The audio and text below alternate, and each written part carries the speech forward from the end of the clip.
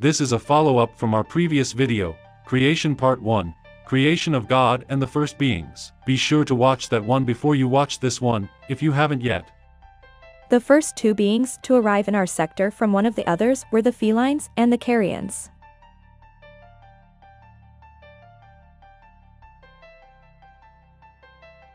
The felines settled in the Lyra constellation, and the carrions in the Orion one. There, they mixed and experimented with their DNA and that of the local wildlife.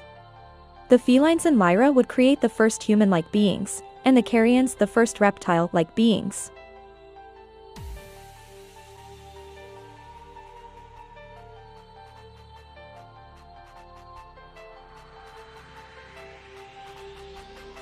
The carrions told the reptilians they owned everything they saw before they left, which would later create problems. The human-like beings moved on and populated the Pleiades.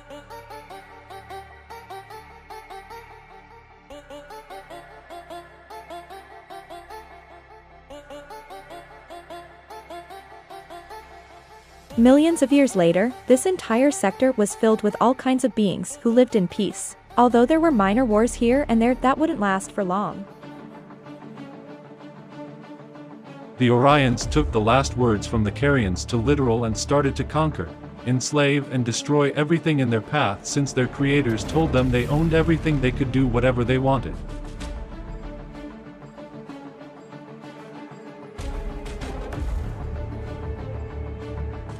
Eventually, they reached the Pleiades, where the whole thing would escalate. When the Orions arrived at the Pleiades, the Pleiadians, they'd never seen beings and ships like these, since they were very peaceful and spiritual people. During the first interaction, some communication problems arise, making the Orions think that the Pleiadians would attack them, causing them to attack first. Millions of beings died and the planet was destroyed. The Pleiadians flew to Lyra and asked them for help. This was when things escalated, and a whole galactic war would start, the first of its kind. At first, the Lyrans, Pleiadians and two other races from the Camelopardalis and Cepheus constellations would fight against the Orions. Realizing they were outnumbered, the Orions called for help from the Aurigas and Monoceros. Being pushed back by the Orions, the Lyras then called in the Arcturians for help. Hearing what was happening, one by one, more started to join both sides in the war, although some remained neutral. And the fighting continued with the scales balancing from one to the other side.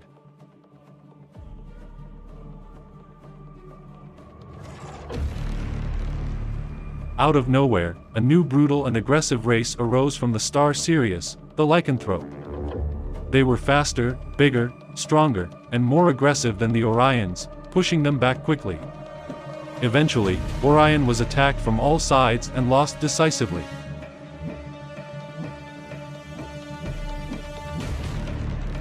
Being formally impressed by the Sirians and having the same interests, they joined them, which the Sirians accept. Now Orion had back the upper hand with their new and powerful ally. However, a new group would arise from Sirius, taking all by surprise and giving Orion a devastating blow. However, Orion managed to hold their ground. Soon trouble would arise from the inside. The leading female warriors would overtake the male throne. In desperation, the Orion male generals sued for peace with the Lyrans, so they could defend the threat that came inwards, which the Lyrans accepted. Although peace was restored, it was too late. The female elite took control of the empire. But not without a cost. Approximately 400 billion died due to the war, and 50 to 100 planets were completely destroyed. The Orion Empire would keep standing and making trouble with their allies. A new galactic federation was established, eventually holding over 200,000 star systems. During and after this war, groups of refugees from all corners of the war came together and formed a new combined race called the Anunnaki, of which the royal family would present Anu as head, and Inanna, Enki, and Enlil as princes and princess. The Anunnaki created a planet-sized spaceship called Nibiru, or Planet X, in search of gold and resources to elevate their society.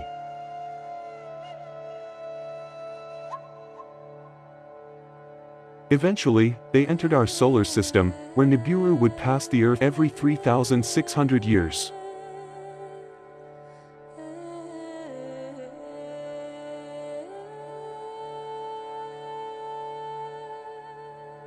they would first settle on a former planet named Phaeton or Maldek.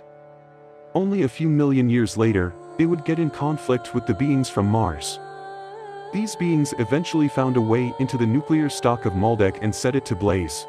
The whole planet would explode. Some of the Anunnus managed to escape to our moon, where they settled for some time.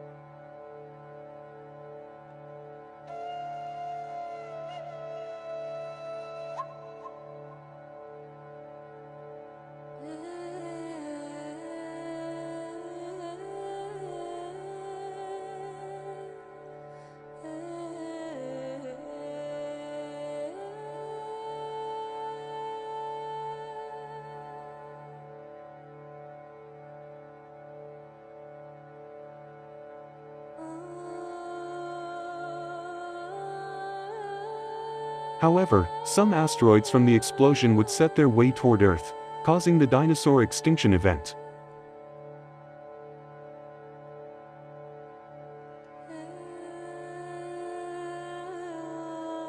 But not long after, a massive solar flare erupted, destroying their moon base. Again, some managed to escape, although they were few, heading towards Earth.